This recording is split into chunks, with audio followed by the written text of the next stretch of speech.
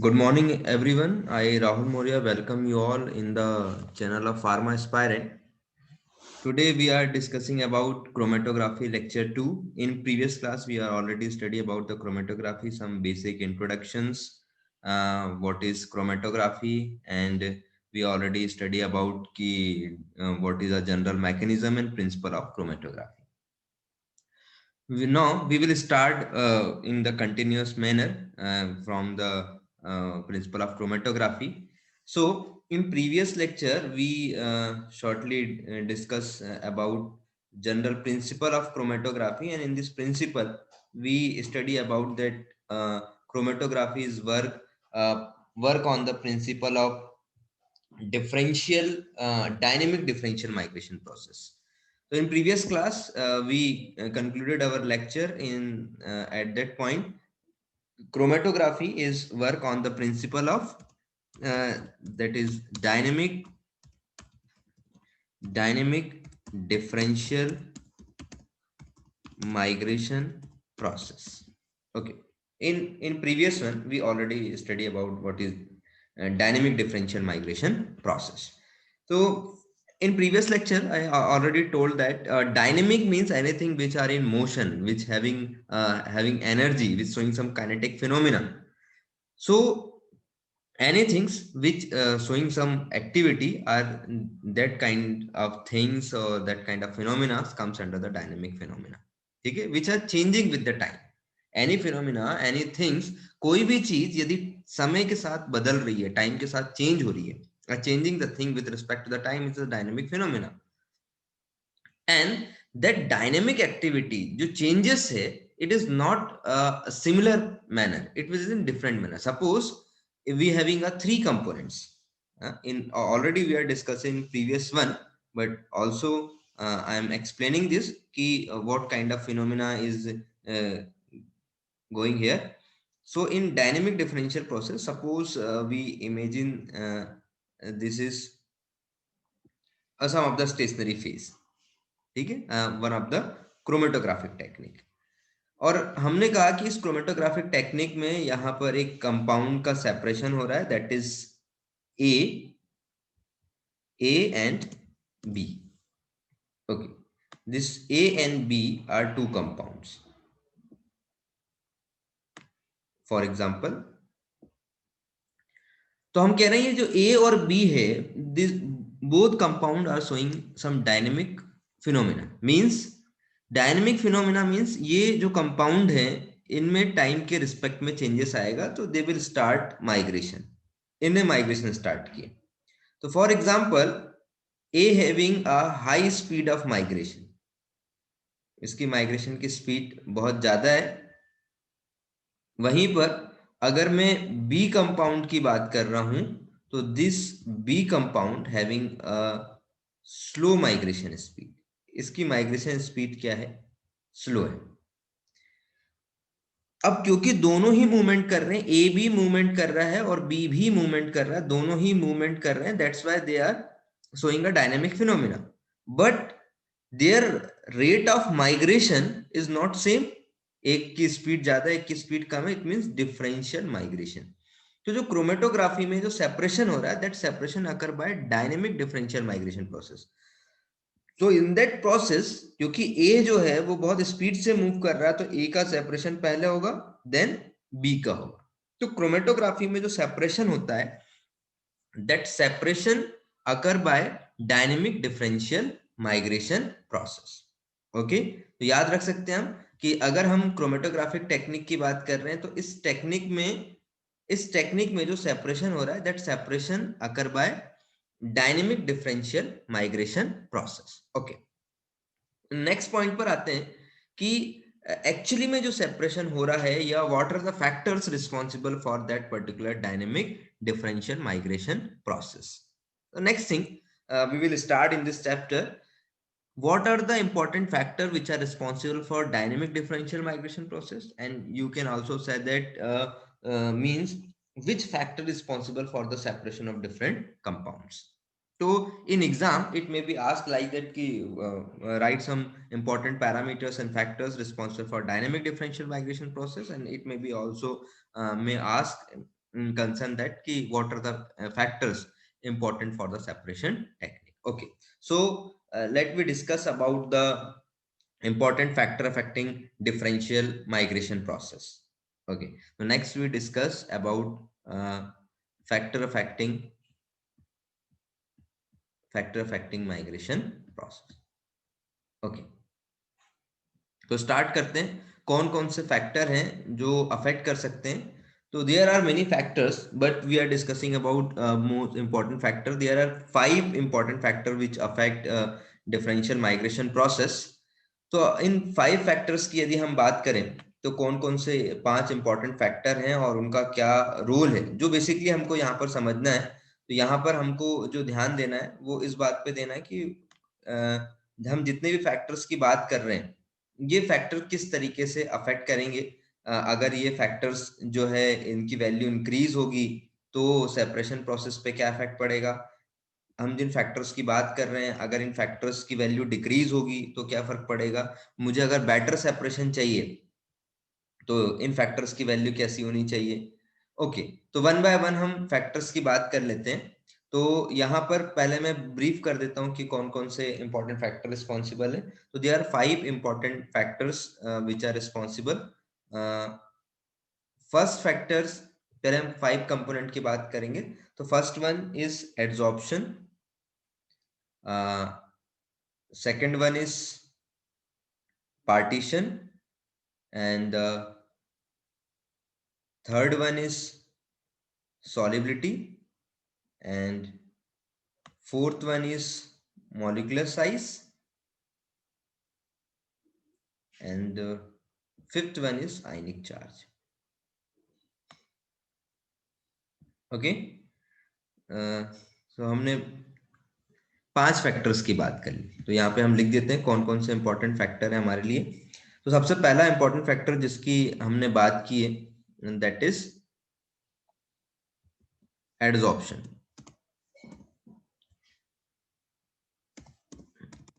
First one is adsorption. Second factor की बात कर लेते हैं. Second factor is partition. First one is adsorption, second one is partition which affect the separation,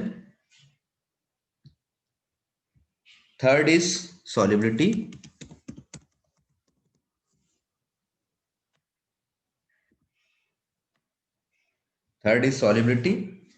and fourth one is molecular size,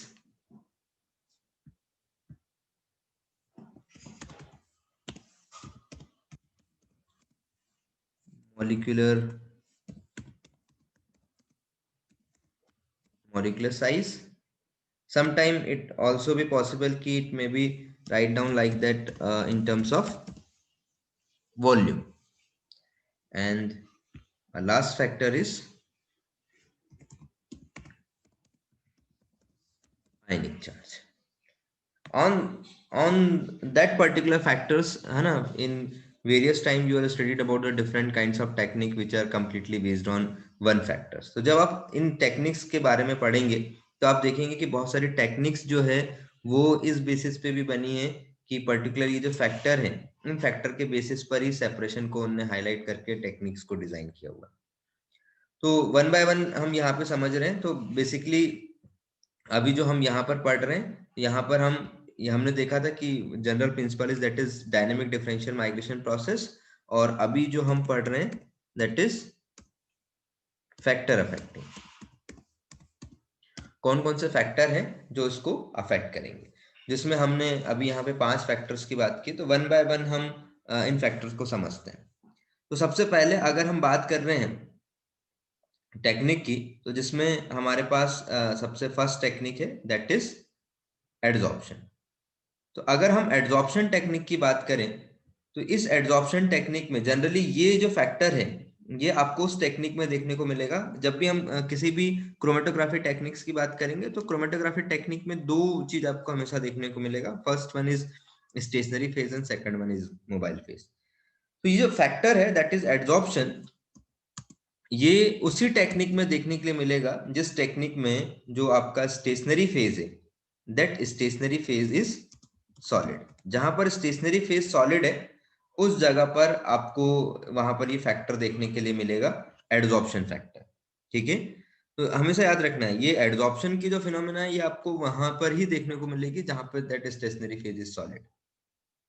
वैसे अगर आप बात करेंगे पार्टीशन की, तो पार्टीशन आपको वहां पर देखने को मिलता है जहां पर स्टेशनरी फेज जो है वो आपका लिक्विड होगा, वहां पर आपको पार्टीशन की फिनोमेना देखने के लिए मिलेगी। ठीक है, बाकी फिनोमेना तो आपको सभी जगह देखने को मिल सकती है, लेकिन आपको याद रखना है अगर एड्जॉर्प्शन की मैं बात कर रहा हूं तो स्टेशनरी फेज तभी आपको एड्जॉर्प्शन देखने के लिए मिलेगा जब स्टेशनरी फेज सॉलिड है, और पार्टीशन की अगर मैं बात कर रहा हूं तो पार्टीशन के केस में आपका स्टेशनरी फेज जो है वो लिक्विड होना चाहिए। अब अगर मैं बात कर रहा हूं कि यहाँ पर हमारे पास सपोज मैं एक क्रोमेटोग्राफिक टेक्निक ड्रॉ कर दे रहा हूँ, ये हमारे पास एक क्रोमेटोग्राफी टेक्निक है। तो इस क्रोमेटोग्राफी टेक्निक में अगर हमारे पास मैंने कहा मिक्सचर है, किसी कंपाउंड का मिक्सचर है, जैसे अभी हम बात कर रहे थे, suppose it is a mixture of A and B compound, तो हमारे पास ए और बी कंपाउंड का मिक्सचर है।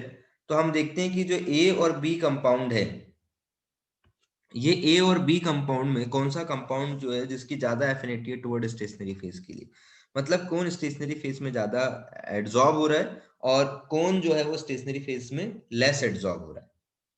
मींस जो चीज स्टेशनरी फेज में ज्यादा एब्जॉर्ब होगी वो स्टेशनरी फेज में ज्यादा टाइम तक रिटेन करेगी, जो चीज स्टेशनरी फेज में कम एब्जॉर्ब होगी वो मोबाइल फेज में मूव करेगी और वो बहुत जल्दी से बाहर निकलेगी। मींस अगर मैं यहाँ पर बात कर रहा हूँ तो यहाँ पर हम देखते हैं कि कौन सा कंपोनेंट जो है वो ज्यादा एब्जॉर्ब हो रहा है स्टेशनरी फेज में और कौन सा कंपोनेंट जो कम एब्जॉर्ब हो रहा है। जो कंपोनेंट कम एब्जॉर्ब होगा वो मोबाइल फेज में आएगा। सपोज बी जो है वो कम एब्जॉर्ब हो रहा है तो बी जो है वो पहले बाहर आएगा। ठीक है, और ए जो है वो ज्यादा एब्जॉर्ब हो रहा है अगर स्टेशनरी फेज में, तो ए जो है वो स्लोली मूव कर रहा है। तो हमने क्या देखा कि यहां पर बी कंपोनेंट जो है वो बहुत स्पीड में बाहर आ रहा है, बी जो है वो बाहर आ रहा है। मींस बी जो है that is less adsorb bye stationary phase. तो स्टेशनरी फेज ने बी को जो है वो बहुत कम एब्जॉर्ब किया है।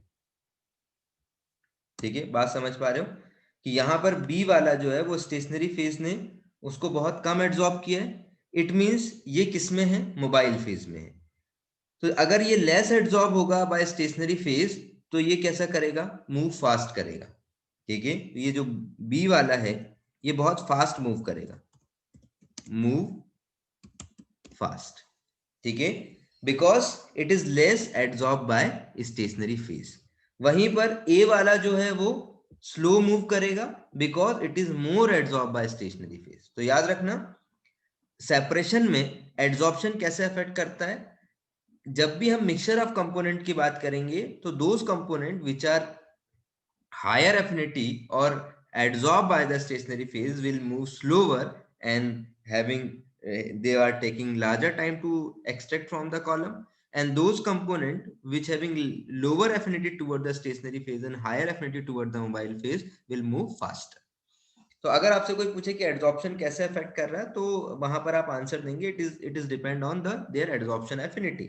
जो स्टेशनरी फेज में एड्सॉर्ब ज्यादा होगा वो रिटेन करेगा और मोबाइल फेज में कम मूव करेगा, और जिसकी एफिनिटी स्टेशनरी फेज के लिए कम है मोबाइल फेज के लिए ज्यादा है वो बहुत रैपिडली मूव करेगा और आपके सेपरेशन कॉलम से, है ना, जो भी आपकी टेक्निक है वहां से बहुत एफिशिएंटली सेपरेट होकर के मोबाइल फेज के साथ बाहर आकर के डिटेक्टर में डिटेक्ट हो जाएगा। ओके, सेकंड बात करते हैं हम जैसे कि पार्टीशन। पार्टीशनिंग आपको कहाँ पे देखने को मिलेगी, जहां पर स्टेशनरी फेज लिक्विड हो।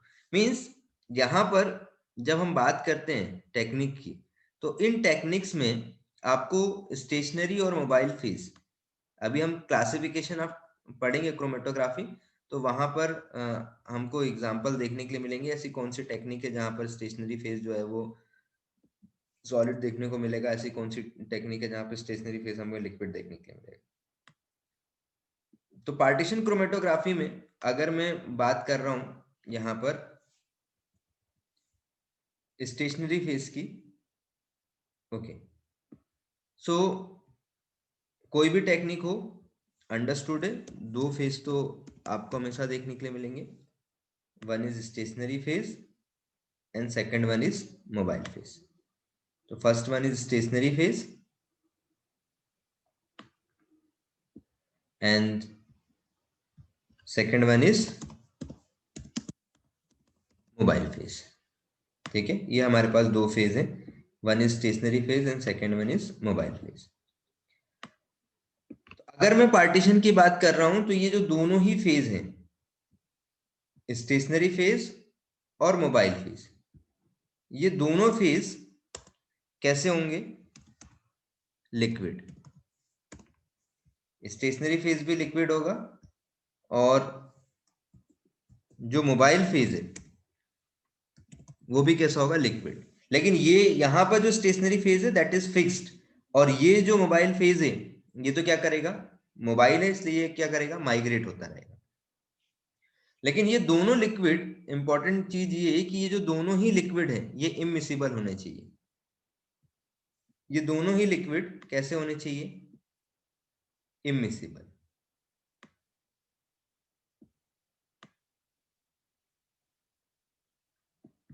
ये इमिसिबल होने चाहिए। ओके, तो यहाँ शॉर्ट में लिख दे रहा हूं कि ये इमिसिबल होने चाहिए।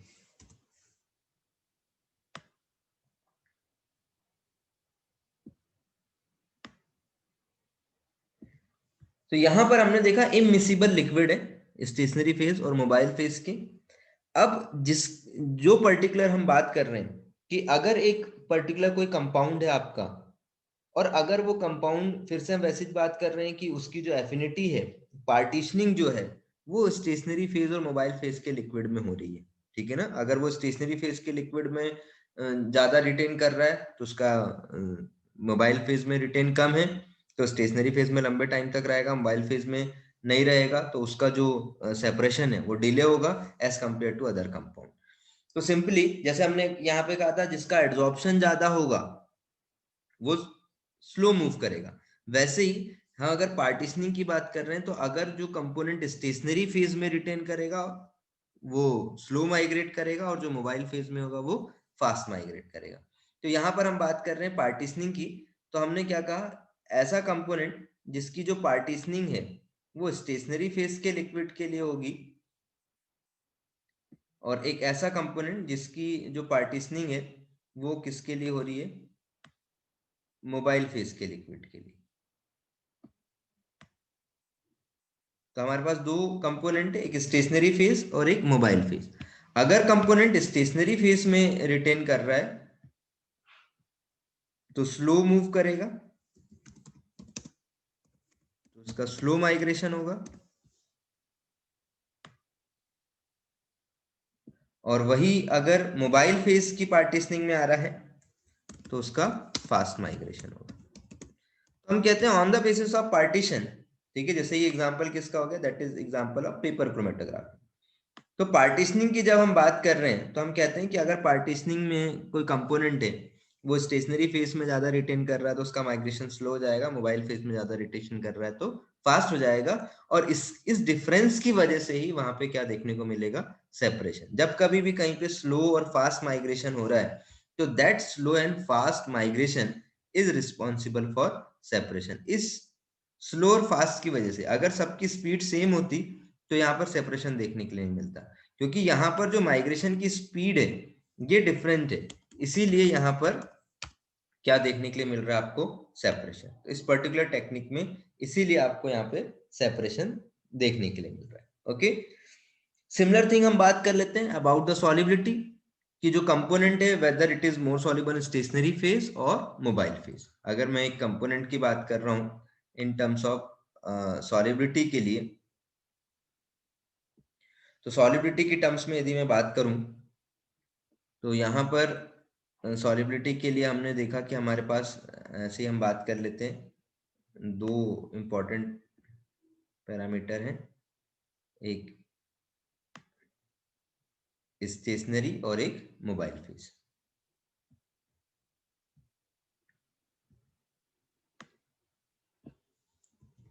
one is stationary and second one is mobile phase.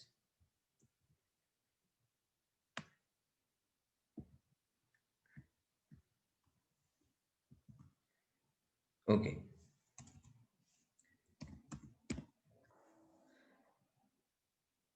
बहुत सिंपल सा लॉजिक है यहाँ पे। आपका जो सॉल्यूट है उसकी सॉल्युबिलिटी किस में ज्यादा है?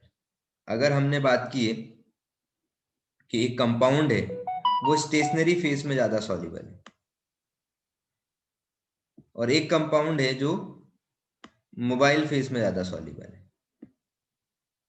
ओके, चलो, तो यहाँ पे सपोज मैंने लिखा कि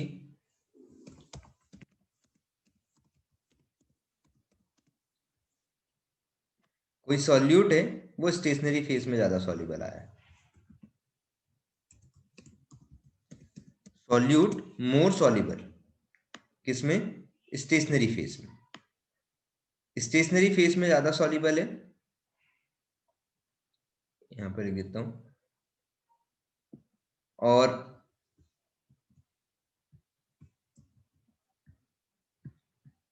एक सॉल्यूट जो है वो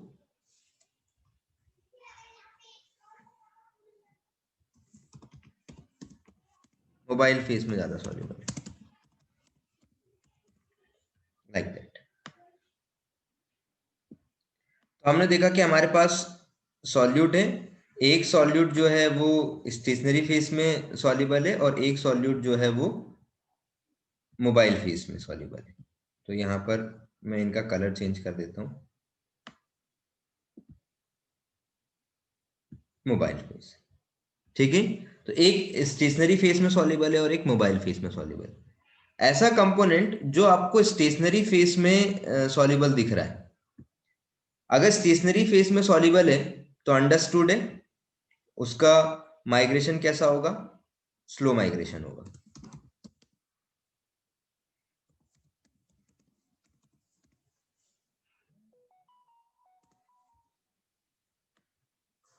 अगर स्टेशनरी फेज में है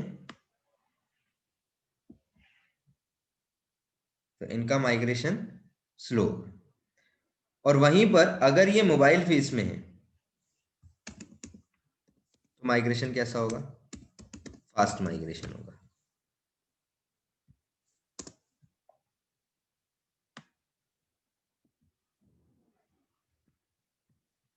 तो हमने देखा अगर मोबाइल फेज में है तो फास्ट माइग्रेशन हो रहा है, स्टेशनरी फेज में है तो स्लो माइग्रेशन हो रहा है। और अगर माइग्रेशन की स्पीड में डिफरेंस आ गया है, तो अब भी हमने कंक्लूड किया था माइग्रेशन की स्पीड में यदि डिफरेंस है तो डिफरेंशियल माइग्रेशन यदि देखने को मिला तो वहां पर हमें कौन सी फिनोमिना देखने के लिए मिलेगी? That is phenomena of separation. जो आपका कंपाउंड है उस कंपाउंड में आपको सेपरेशन देखने के लिए मिलेगा। तो due to the differential migration यहां पर भी हमको क्या देखने को मिला? सेपरेशन देखने के लिए मिला। ठीक है, ऐसे ही हम बात कर लेते हैं पर्टिकुलरली मॉलिक्यूलर साइज की। तो मैंने कहा कि if stationary phase having more attraction toward small molecule than bigger molecule, तो bigger molecule will moving faster. अगर सपोज स्टेशनरी फेज में जो रिटेंशन है वो स्मॉलर मॉलिक्यूल के लिए, सिंपली अगर हम वैसे ही बात कर लेते हैं जैसे इसमें बात कर रहे थे कि अगर suppose we are talking about the molecular size, molecular size and volume के टर्म्स में बात कर रहा हूं, तो मैंने कहा कि हमारे पास दो टाइप के मॉलिक्यूल्स हैं। इस तो फर्स्टली बहुत सिंपल वे में हम वैसे डिजाइन कर लेते हैं कि we having a two phase, stationary phase and mobile phase. जैसे हम पढ़ रहे हैं सबको वैसे ही कॉमनली वैसे ही देख लेते हैं कि हमारे पास दो फेज है, stationary phase, we having a stationary phase and another one is mobile phase. तो ये हमारे पास दो फेज आ गए। तो हमने देखा कि यहाँ पर स्टेशनरी फेज में कौन सा कंपोनेंट रिटेन कर रहा है और मोबाइल फेज में कौन सा कंपोनेंट रिटेन कर रहा है। तो हमारे पास ये दो कंपोनेंट आ गए, one in stationery phase and second one in mobile phase. तो अब हम इन दो कंपोनेंट की बात कर लेते हैं। ओके, तो इन दो कंपोनेंट की बात कर रहे हैं, तो हमने कहा कि जो स्टेशनरी फेज है इसमें जो मॉलिक्यूल आ रहे हैं, जो रिटेन हो रहे हैं स्टेशनरी फेज में, जो रिटेन हो रहे हैं, जो अट्रैक्ट हो रहे हैं, वो कौन से हो रहे हैं? Smaller molecule.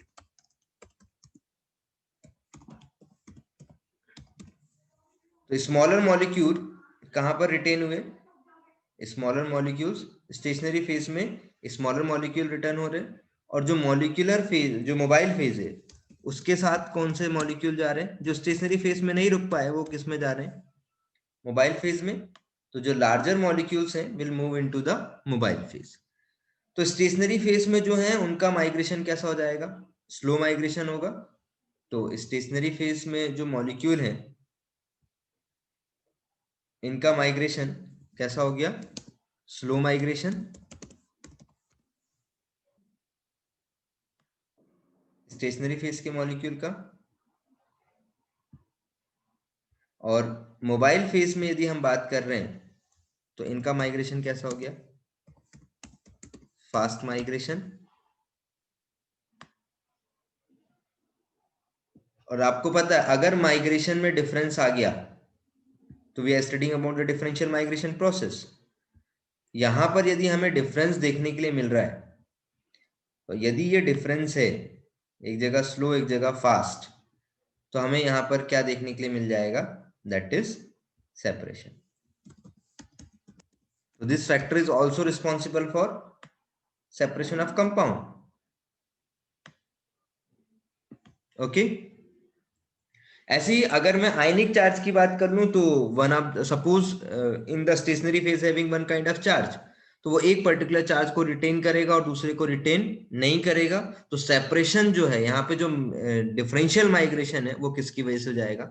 चार्ज की वजह से। That charge is responsible for migration. Similar way, जिस तरीके से मॉलिक्यूलर साइज की बात की हम, जैसे सॉल्युबिलिटी की बात की, इन सेम कंसर्न हम किसके लिए बोलेंगे? आयनिक चार्ज के लिए, कि सपोज स्टेशनरी फेज जो है पॉजिटिव को रिटेन कर रहा है, तो मोबाइल फेज में कौन सा जाएगा? नेगेटिव। तो जो मोबाइल फेज में उसका फास्ट माइग्रेशन होगा, जो स्टेशनरी फेज में उसका स्लो माइग्रेशन होगा। ऐसे ही कुछ टेक्निक में इनके अलावा भी कुछ इंपॉर्टेंट फैक्टर्स होते हैं जो अफेक्ट करते हैं। जैसे एक और इंपॉर्टेंट फैक्टर की हम यहाँ पे बात कर लेते हैं, दैट इज वेपर प्रेशर। ठीक है, कुछ जनरल तो मैंने बात की थी, और भी कुछ इंपॉर्टेंट फैक्टर। तो एक और इंपॉर्टेंट फैक्टर की बात कर लेते हैं जो आपको गैस क्रोमेटोग्राफी वगैरह में देखने के लिए मिलेगा, दैट इज वेपर प्रेशर। ठीक है, आयनिक चार्ज को हम समझ चुके हैं, इसलिए उसको मैं यहाँ पे फर्दर इलेबोरेट नहीं कर रहा हूँ। तो जब हम वेपर प्रेशर की बात कर रहे हैं, तो वेपर प्रेशर, जिसका मतलब अगर मैंने कोई सॉल्यूट गैसियस फेज में ले लिया है, और जो मेरा मोबाइल फेज है ना, मीन सपोज अगर मैं जीएलसी की बात कर रहा हूँ, गैस क्रोमेटोग्राफी की बात कर रहा हूँ, तो जहाँ पे मोबाइल फेज जो होगा वो हमेशा क्या होगा? गैस होगा। ठीक है। तो यहाँ पर हम जैसे भी बाकी चीजों की बात किए थे, वैसे हम यहाँ पे इसकी बात कर लेते हैं कि यहाँ पर कौन कौन से स्टेशनरी फेज और मोबाइल फेज होंगे। तो स्टेशनरी फेज और मोबाइल फेज दो चीजें होंगी हमारे पास। फॉर एग्जाम्पल,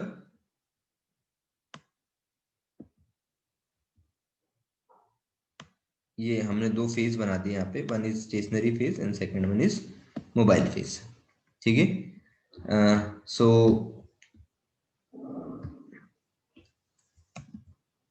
स्टेशनरी फेज के लिए मैं एस लिख दे रहा हूं, एंड मोबाइल फेज के लिए मैं एम लिख दे रहा हूं। तो ये हमारे पास दो फेज हो गए। तो यहां पर जो मोबाइल फेज है, दैट मोबाइल फेज इज, ये जो मोबाइल फेज है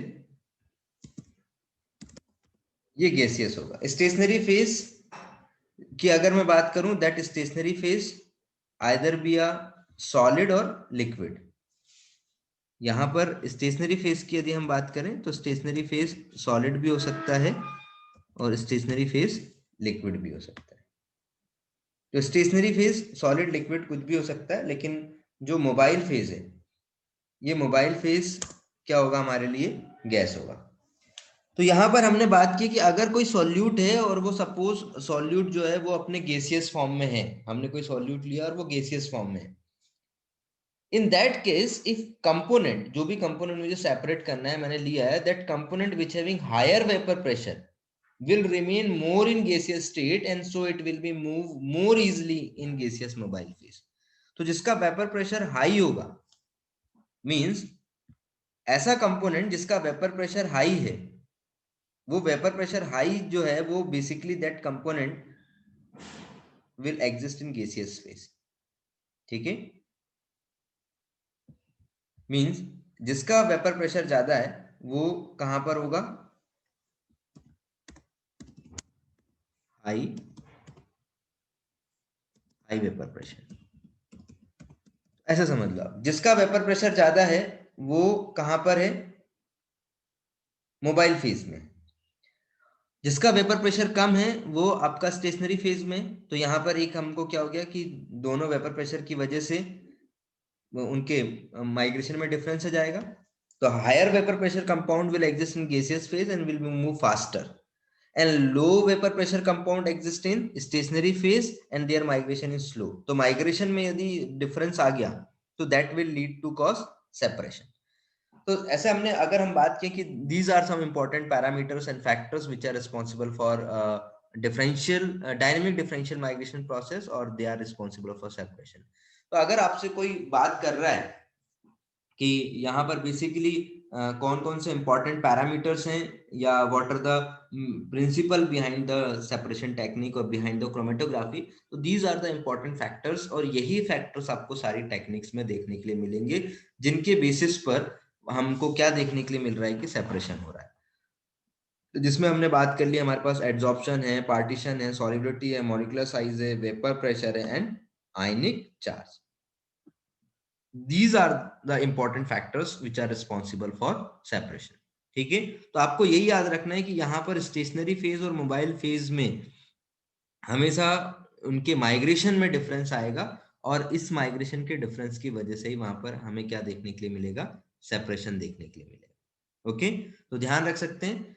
तो लास्ट क्लास में हमने बात की थी कि what is dynamic differential migration process और अभी हमने बात कर ली कि what are the factor responsible for dynamic differential migration process, or you may say that what are the important parameter for responsible for separation of compound. तो अगर आपसे कोई पूछे कि कौन कौन से पैरामीटर हैं जो सेपरेशन के लिए रिस्पॉन्सिबल होते हैं, तो दीज आर द पैरामीटर्स.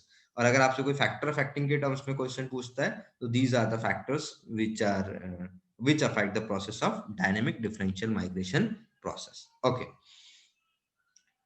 सो आगे बढ़ते हैं और आगे अब हम जनरल उसमें सेंस में आगे बढ़ते हैं और इसमें हम नेक्स्ट पढ़ते हैं, that is what are the basis of classification of chromatography. In what basis we can classify the chromatography. आप ये भी कह सकते हैं कि we are trying to understand how many kinds of chromatographies are there. In order to understand how many kinds of chromatography, what are their examples, firstly we try to understand how we can classify different kinds of chromatography. So next heading अपन पढ़ते हैं. So next heading की तरफ move करते हैं, that is classification of chromatography. तो यहाँ पे हम देखते हैं कि किन किन बेसिस पे हम इनको क्लासीफाई कर सकते हैं. Okay, so we will move to next heading, that is classification of chromatography.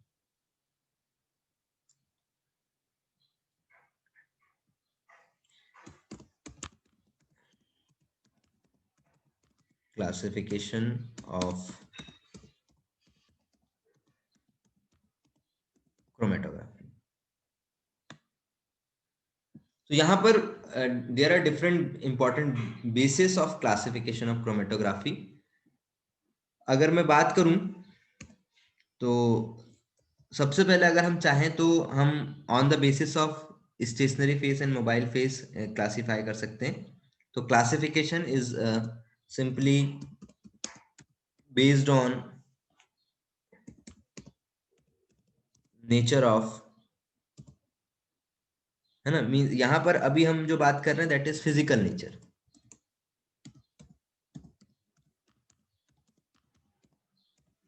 Physical nature of stationary and mobile phase.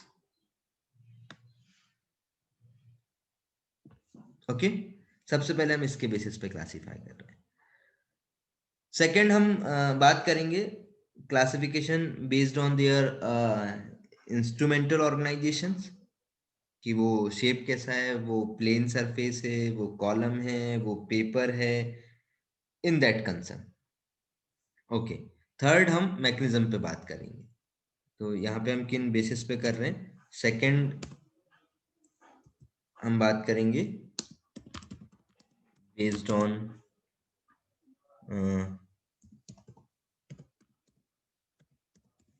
Structural और इंस्ट्रूमेंटल ऑर्गेनाइजेशन, कि उनका स्ट्रक्चरल या इंस्ट्रूमेंटल ऑर्गेनाइजेशन कैसा है। थर्ड यहाँ पर हम बात करेंगे that is based on principle of separation, based on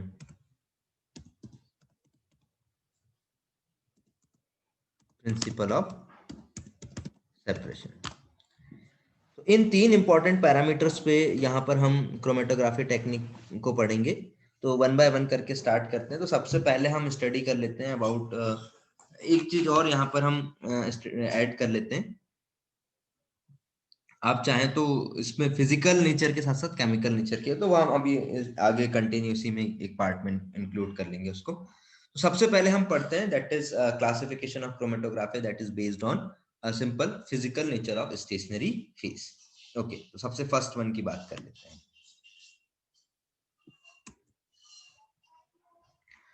अगर हम फिजिकल नेचर की बात करें तो सबसे पहले हम अगर एक कोई भी एक क्रोमेटोग्राफी टेक्निक है,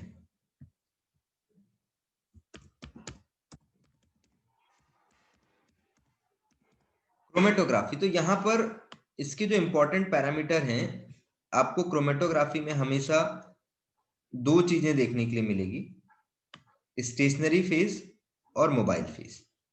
ओके, तो आप इस कॉन्सेप्ट को यदि आप समझते जाएंगे तो चीजें आपके लिए इजी होती चले जाएंगी। ओके, तो हमने कहा कि यहाँ पर आपको दो फेज देखने के लिए मिलेंगे, एक स्टेशनरी फेज देखने के लिए मिल रहा है और एक आपको देखने के लिए मिल रहा है that is mobile phase.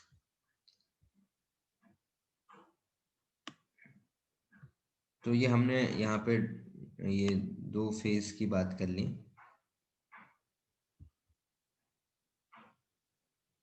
One is stationary phase and second one is mobile phase. Okay, तो सिंपली वे यहाँ पे मेंशन कर देते हैं कि एक हमारे पास स्टेशनरी फेज है and second one is mobile phase. तो ये हमारे पास दो फेज है। अब अगर मैं इन फेज की बात कर रहा हूं तो ये फेज कितने टाइप के हो सकते हैं? मींस अगर मैं यहाँ पे कहूं स्टेशनरी फेज जो है, तो ये जो स्टेशनरी फेज है, स्टेशनरी फेज सॉलिड हो सकता है। कैसा हो सकता है? स्टेशनरी फेज जो है वो सॉलिड हो सकता है और जो मोबाइल फेज है वो लिक्विड होगा। ठीक है, तो ये कंडीशन बन गई कि जो आपका स्टेशनरी फेज है वो सॉलिड है और जो मोबाइल फेज है वो क्या हो गया? लिक्विड है। तो ये एक टेक्निक बन गई that is solid liquid chromatography. ये जो क्रोमेटोग्राफी है ये आपको जनरली अगर हम बात करें तो ये हमारे लिए कौन सी टेक्निक बन गई? This is technique is solid liquid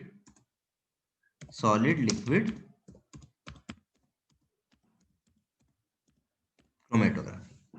ठीक है, और अगर मैं इन टेक्निक्स के एग्जाम्पल की बात कर लूं तो ये आपको टीएलसी में ये टेक्निक देखने को मिलेगी, solid liquid chromatography.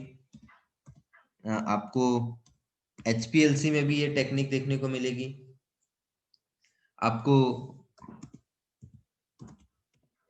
Column chromatography में भी देखने को मिलेगी और कई जगह आप मैकेनिज्म के बेसिस पे इसको आप एड्सॉर्प्शन क्रोमेटोग्राफी भी बोलोगे।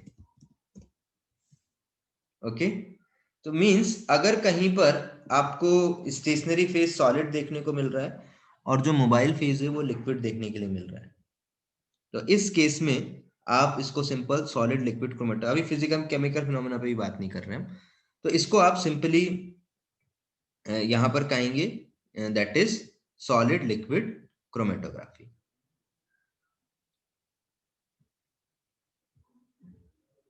ओके, तो यहां पर हमने देखा कि सॉलिड लिक्विड क्रोमेटोग्राफी में जो हमारे पास स्टेशनरी फेज है वो स्टेशनरी फेज हमें कैसा देखने के लिए मिल रहा है, स्टेशनरी फेज सॉलिड देखने के लिए मिल रहा है और जो मोबाइल फेज है वो लिक्विड देखने के लिए मिल रहा है।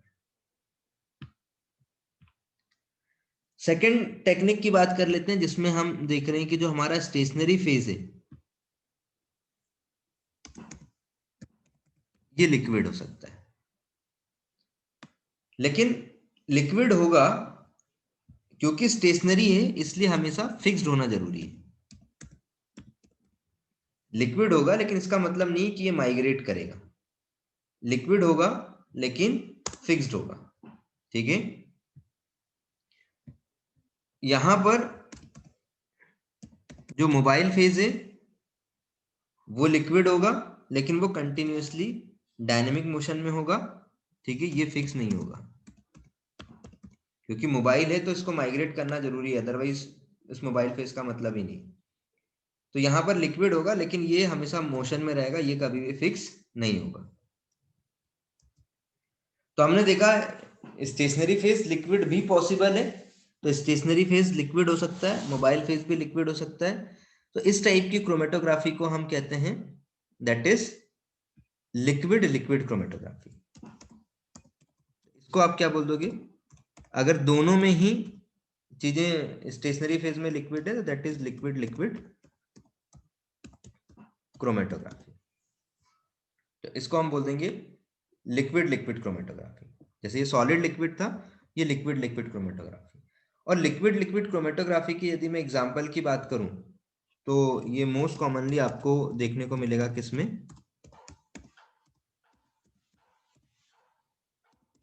Paper chromatography.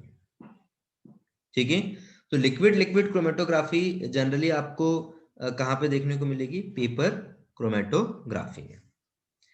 ओके, अगली बात मैं करता हूं कि अभी मैंने देखा कि जिसमें मोबाइल फेस कैसा है, लिक्विड है, तो उसके साथ स्टेशनरी फेस सॉलिड भी हो सकता है, लिक्विड भी हो सकता है। ऐसे ही इन दो स्टेशनरी फेस के साथ जो मोबाइल फेस है वो गैसियस भी हो सकते हैं। जैसे अगला एग्जांपल देखते हैं, स्टेशनरी फेस कैसा है, सॉलिड है, stationary phase is solid but mobile phase is gas. ठीक है, तो यहां पर इसको हम क्या बोल सकते हैं, दैट इज सॉलिड गैस या गैस सॉलिड क्रोमेटोग्राफी। इसको हम बोल देंगे गैस सॉलिड क्रोमेटोग्राफी। जनरली ऐसा ही होता है, हर जगह मोबाइल फेस पहले लिखा होता है, तो आप चाहो तो यहां पर भी हम ऐसे ही कर देते हैं ताकि कंफ्यूजन ना हो।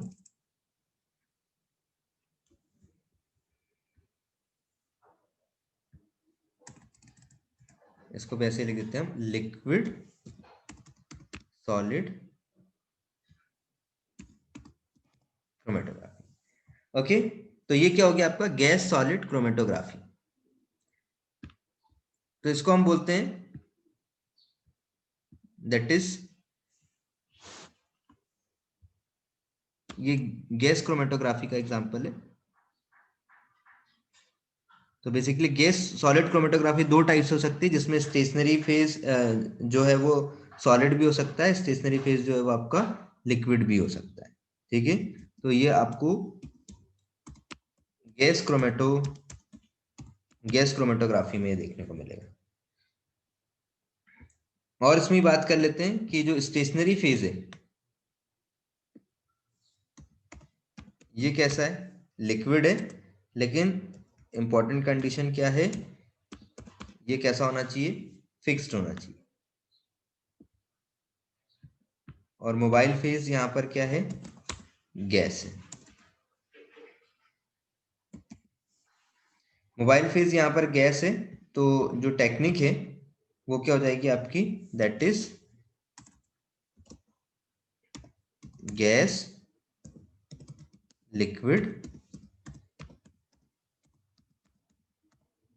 Gas liquid chromatography. तो हमारे पास ये टेक्निक होगी, that is gas liquid chromatography. It is also example of gas chromatography, gas chromatography. Okay, तो हमने देखा कि stationary phase is are of two type, whether it is solid whether it is liquid. अगर ये solid है तो ये किसके प्रिंसिपल पे काम करेगा, एड्सॉर्प्शन के प्रिंसिपल पे। और जहां कहीं पर भी ये आपको लिक्विड देखने के लिए मिले कि ये दोनों लिक्विड हो रहे हैं, उस केस में ये किसके प्रिंसिपल पे काम करेगा, पार्टीशन। तो इसको आप पार्टीशन क्रोमेटोग्राफी भी बोल सकते हैं। जब अभी आप मैकेनिज्म पे जाएंगे, प्रिंसिपल पे जाएंगे, तो it will comes under partition. ऐसे ही जहां पर गैस में भी हम बात करें, जहां पे सॉलिड है वहां पर एड्सॉर्प्शन होगा, जहां पे लिक्विड है वहां पर पार्टीशन होगा। मींस या तो ये एड्सॉर्प्शन फिनोमेना पे काम करेगा या पार्टीशन पे काम करेगा। तो सबसे पहले हमने फिजिकल नेचर के बेसिस पे देख लिया। तो फिजिकल नेचर के बेसिस पे हमने देखा कि फिजिकल स्टेट जो है, या तो है ना स्टेशनरी फेज सॉलिड होगा या लिक्विड होगा। स्टेशनरी फेज कभी भी गैस नहीं हो सकता। ठीक है, यहाँ पे अगर आपसे क्वेश्चन पूछे कि है ना which of the following is not a state of stationary phase, तो सॉलिड भी हो सकती है, लिक्विड भी हो सकती है, गैस नहीं होगी। ऐसे ही है ना which are not the state of mobile phase, तो मोबाइल फेज में लिक्विड भी हो सकता है, गैस भी हो सकता है, बट क्या नहीं हो सकता, है ना सॉलिड नहीं हो सकता। तो यहाँ पे जो क्वेश्चन बनेगा वो आपको ऐसे ध्यान रखना है। और जो सेकंड क्वेश्चन यहाँ पर जो बन सकता है कि liquid solid chromatographies work on the principle of adsorption, liquid liquid chromatographies work on the principle of partition, gas solid chromatographies work on the principle of adsorption, gas liquid chromatographies work on the principle of partition. ठीक है, तो कौन सी technique किस principal पे काम कर रही है वो याद रखना है। या डायरेक्टली आपसे ऐसा भी क्वेश्चन बन सकता है कि टीएलसी किस पे वर्क करती है, एचपीएलसी का कॉन्सेप्ट क्या है, कॉलम का क्या है, पेपर का क्या है, गैस क्रोमेटोग्राफी के प्रिंसिपल्स क्या है। ठीक है, तो ये ध्यान रख सकते हैं। तो ये हमें ध्यान रखना है, जिसमें हमने फर्स्ट बात कर ली, that is simply based on physical nature. Second हम उसके स्ट्रक्चर ऑर्गेनाइजेशन में जाते हैं, और स्ट्रक्चर ऑर्गेनाइजेशन में हम उसके केमिकल नेचर के बारे में भी बात करेंगे। ओके, तो सेकंड हम चलते हैं based on structural organisation.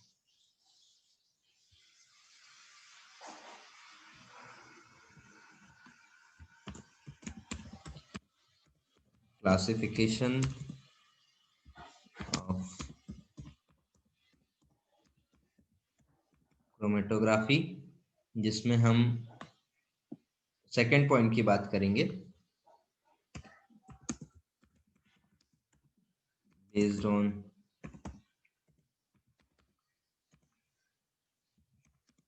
structural as well as you can also say that instrumental organization.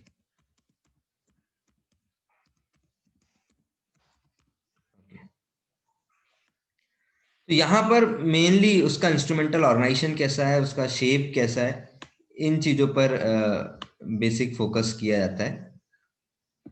तो इंस्ट्रूमेंटल ऑर्गेनाइजेशन की यदि हम बात करें, तो हम उसके शेप के बेस पे कह सकते हैं कि इसका जो शेप है ये, है ना कॉलम शेप का भी हो सकता है, प्लेट शेप का भी हो सकता है।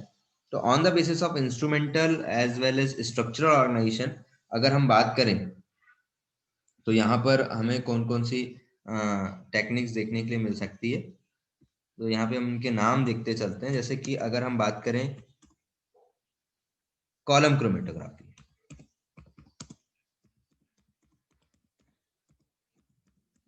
कॉलम क्रोमेटोग्राफी मींस यहाँ पर हमको क्या देखने के लिए मिलेगा, कॉलम शेप देखने के लिए मिलेगा। और ये जो कॉलम क्रोमेटोग्राफी है, it either be work on the principle of adsorption as well as on the principle of partition chromatography. ठीक है, तो ये भी याद रखना है कि ये दोनों टेक्निक पे काम कर सकता है, एड्सॉर्प्शन पे भी काम कर सकता है और पार्टीशन पे भी काम कर सकता है। ठीक है, एग्जाम्पल क्या हो गया, that is column chromatography. Second हम बात करते हैं कि ऑर्गेनाइजेशन या स्ट्रक्चर में हम पेपर का भी यूज कर सकते हैं। तो अगर हमने पेपर का यूज किया तो that is paper chromatography. Paper chromatography work on the principle of partition.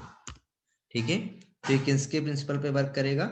इसका जो मेनली जो मैकेनिज्म है वो पार्टीशन होगा।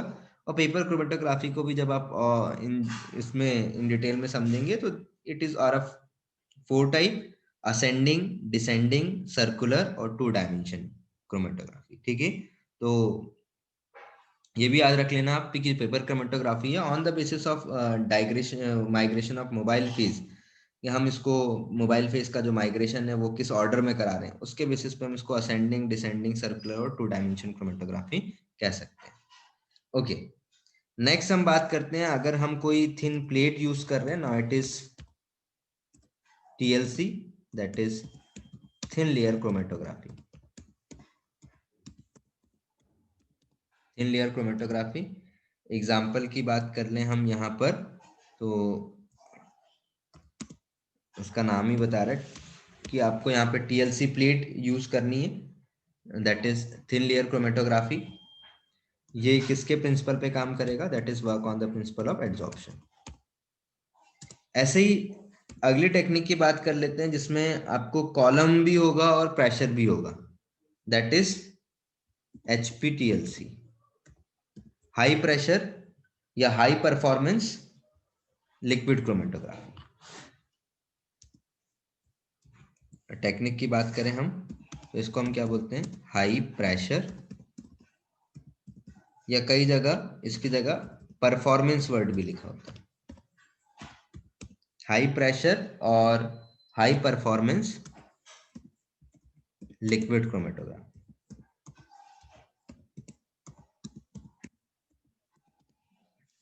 ओके, ये भी जनरली जो वर्क करता है एड्सॉर्प्शन के प्रिंसिपल पे वर्क करता है, क्योंकि स्टेशनरी फेज जो है वो आपका सॉलिड है और जो मोबाइल फेज है वो आपका लिक्विड है। लेकिन जब भी हम HPTLC की बात करते हैं तो यहाँ पर जो HPTLC है इसको हम अलग अलग मोड पे हम रन करते हैं। तो यहाँ पर आपको कुछ इंपॉर्टेंट चीजें और देखने के लिए मिलती हैं। जैसे कि अगर मैं बात करूं तो इसमें आपको देखने को मिलता है जिसको हम कहते हैं नॉर्मल फेज। इंपॉर्टेंट है, यहाँ से क्वेश्चन पूछता है कि what is normal phase chromatography. ऐसे समझ लेते हैं, मींस यहाँ पर जो मेन कंसर्न होता है वो 2 चीजों से होता है: स्टेशनरी फेज से और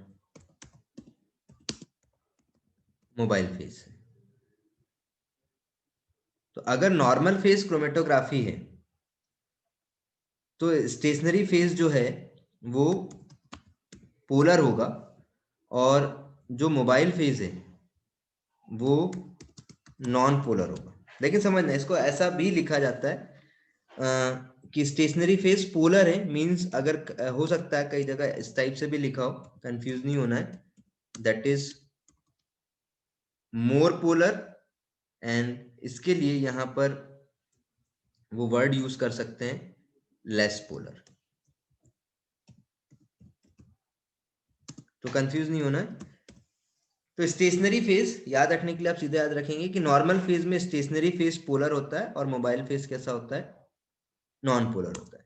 जस्ट सेकंड कंडीशन में जस्ट रिवर्स कंडीशन हो जाएगी, उसको हम बोलते हैं रिवर्स फेज क्रोमेटोग्राफी। ये जो है ये सब दैट इज क्रोमेटोग्राफी।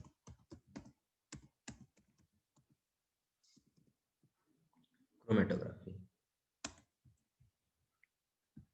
तो एक नॉर्मल फेज हो गई, second is reverse phase. Reverse phase की यदि मैं बात करूं तो यहां पर जस्ट अपोजिट हो जाएगा। Stationery phase is non polar and mobile phase is polar. ऐसे यहां पर हम मोबाइल फेज के कंपोजिशन के बेसिस पे भी बात कर सकते हैं। यहां पर कंपोजिशन ऑफ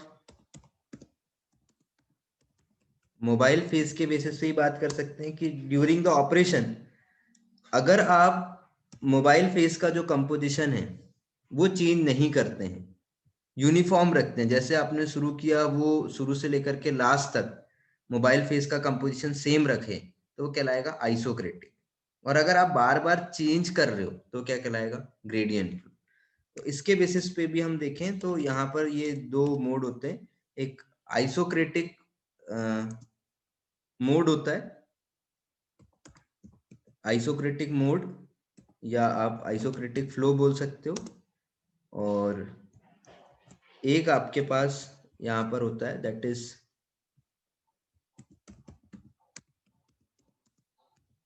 ग्रेडियंट फ्लो।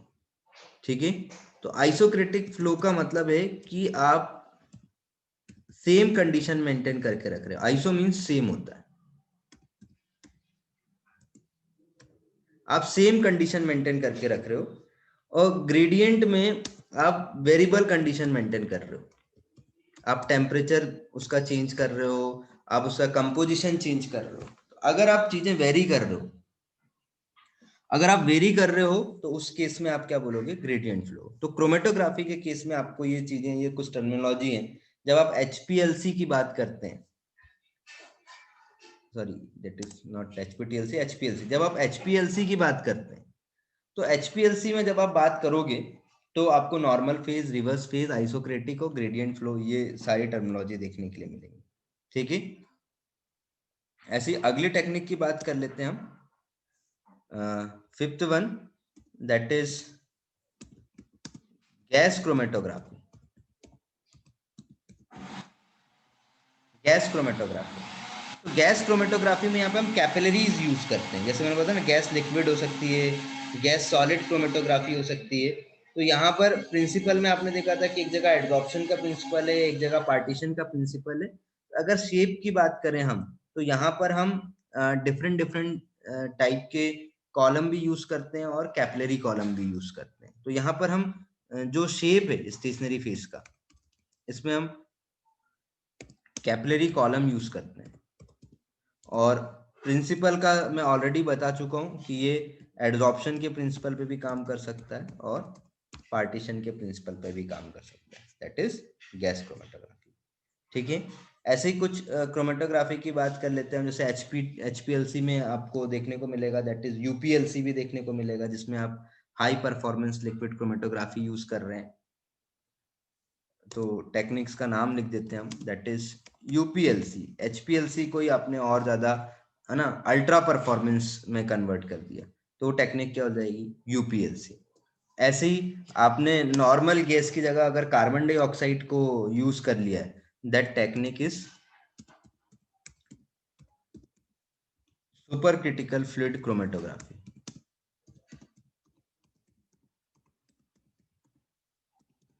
ठीक है, तो यहां पर आप मोबाइल फेज में क्या यूज करते हो, कार्बन डाइऑक्साइड, ये इंपॉर्टेंट है। सुपर क्रिटिकल फ्लूइड में जो मोबाइल फेज में जो गैस यूज की जा रही है, दैट इज कार्बन डाइऑक्साइड। तो these are some important techniques which are, है ना, we can classify on the basis of their structure and instrumental organisation. कुछ इंपॉर्टेंट आपको ये याद रखना है कि अगर कोई भी टेक्निक का नाम दिया हुआ है तो आपको उस टेक्निक का नाम से ये कोरिलेट करते बनना चाहिए कि इसका प्रिंसिपल क्या होगा। बेसिकली जो क्वेश्चन है वो वहीं से ड्राइव होकर के आता है। ओके, नेक्स्ट हम बात कर लेते हैं प्रिंसिपल के बेसिस पे, जिसमें मैं ऑलरेडी आपको उस पॉइंट को भी मैं कवर कर ही चुका हूं, तो उसको भी हम यहीं पर देख लेते हैं। थर्ड पॉइंट जो है हमारे पास, third is based on principle. तो प्रिंसिपल में हमने जो बात किया था, एक हमने बात किया था कि एड्जॉर्प्शन के प्रिंसिपल पे काम कर सकता है। तो एड्जॉर्प्शन के प्रिंसिपल पे मैंने पहले ही कहा कि एड्जॉर्प्शन के प्रिंसिपल पे काम करने वाली जो क्रोमेटोग्राफी होगी उसके अंदर आपको टीएलसी हो गया, है ना, जितनी भी कॉलम क्रोमेटोग्राफी है, एचपीएलसी हो गया, कॉलम क्रोमेटोग्राफी हो गई, ठीक है, even gas solid chromatography, it also comes under adsorption. ऐसे ही अगर मैं पार्टीशन की बात कर लूं,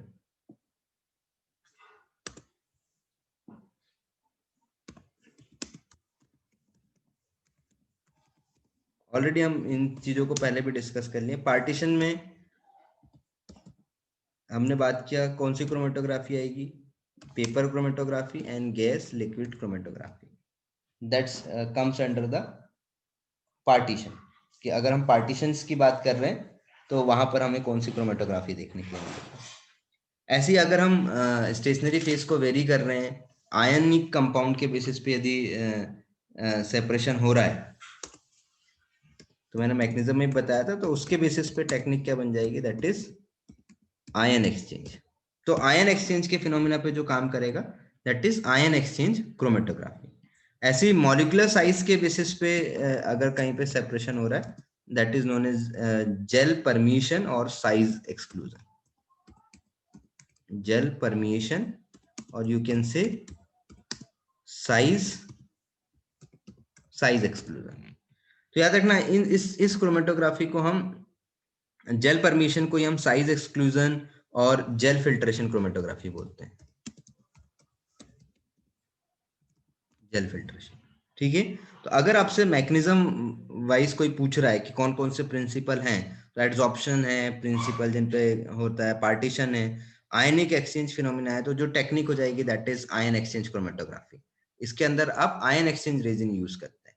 ऐसे ही यहाँ पर मॉलिक्यूलर वेट के बेसिस पे चीजों को सेपरेट कर रहे हैं, यहाँ पे भी हम जेल यूज करते हैं, तो that is gel permeation chromatography, जिसको हम साइज एक्सक्लूजन या जेल फिल्ट्रेशन भी कहते हैं।